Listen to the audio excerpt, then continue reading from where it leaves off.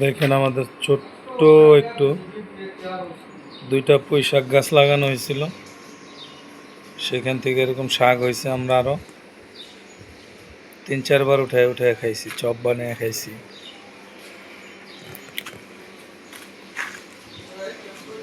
তারপর এখানে একটা সরষা গাছ হয়েছে, একটা গাছের থেকে এত বড় হয়েছে। দেখেন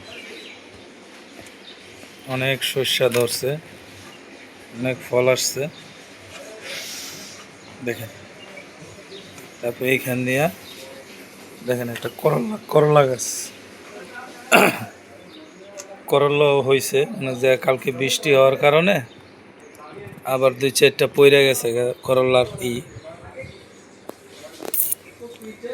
ঠিক আছে, দানা মাথাগুলো ঝুলে গেছে গা। ফুল হয়েছে করলা গাছে, এই যে দেখেন ছোট ছোট ফুল হয়েছে। এই যে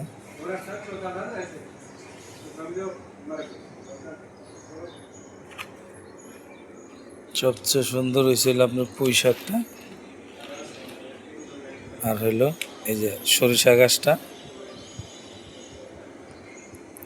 করলা গাছটা উস্তা গাছটা হয়েছে ভালোই, কিন্তু গাছে ফলন আইতেছে না, মানে এই যে ভ্রমরের কম তো সেই জন্য ফলন আসতেছে না।